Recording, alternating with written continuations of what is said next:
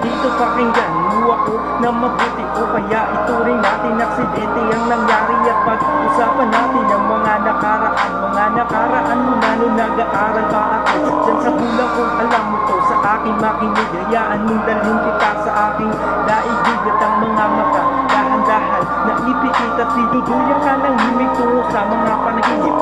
Ito ang buhay para sa akin ng paghawak ng mikropono. Tila ba ito ang mundo ko dito nahanap ang sagot sa sobrang pagkabagot sa buhay na inaakala ko pakaraniwan na mula pa nung pagkabata mismo ang tumutula. Napakadaming naiisip na mga kataga para naging misteryoso ang bihirang pag-ibig. Kaya't kaunti lang ang masasabi ko kaibigan kong matalo.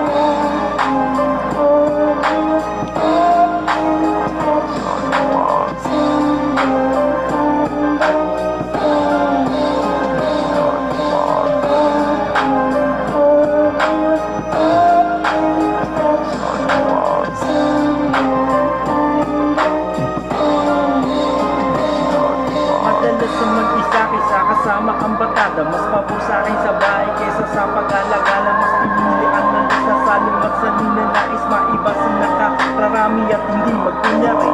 Itong pinili kong daan at tahakin parang sumpang sinulat na malabo. Kung babasahin at ayoko na isahan ang mahirap, kasi abot yan may kunang pangarap.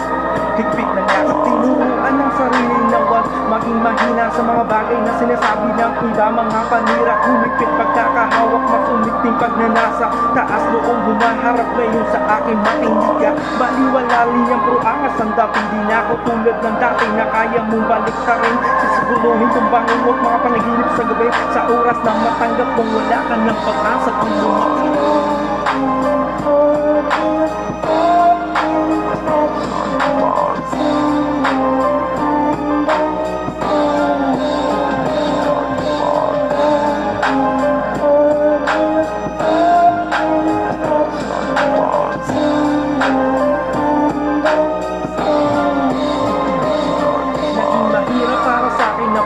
Yumanin ba ang nalalaman sa larangan na ninais ko na matapakan? Aminado naman ako na mag-isa habang ako'y nagsusula, sila namang puro kutyakan. Nalalaman na iisip palibasa paingkit, tumatakbo sa mga isip kasi makasabay sa aking trip na pag ginawa ka na ang mic. Isa-isang natatahimik, parang dinusala ng bibig, hindi mo makukuha sa mga pasabi-sabi. Ang nalaman kong estilo ay sadya kong itinali at kakaibat ng bibisira puyat pagpapawis maparating sa anumang lingwahe, mapatagalog o Ingles. Nakinig ngunit di ko tumingin, ngunit di kita pa simpleng talinhagang pambura ng iyong tawa sa susunod mong bara. Galingan mong tumipa para magamit pansalag sa pamalik kong tira kung dura.